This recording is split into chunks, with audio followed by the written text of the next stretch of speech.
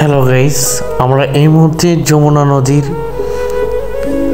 বাঁধে ঘুরতে আসলাম আমাদের এতিমখানার ছাত্রদের সাথে নিয়ে তাদের কিছু সময় আনন্দ দেওয়ার জন্য আর কি, বিনোদন। সো ডেফিনেটলি এই নদীটা কিন্তু অনেক সুন্দর।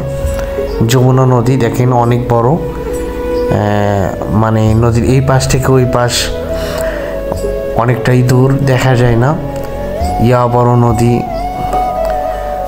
তাছাড়া এখানে অনেক বাতাস, প্রতিকূল অবস্থা অনেক ভালো।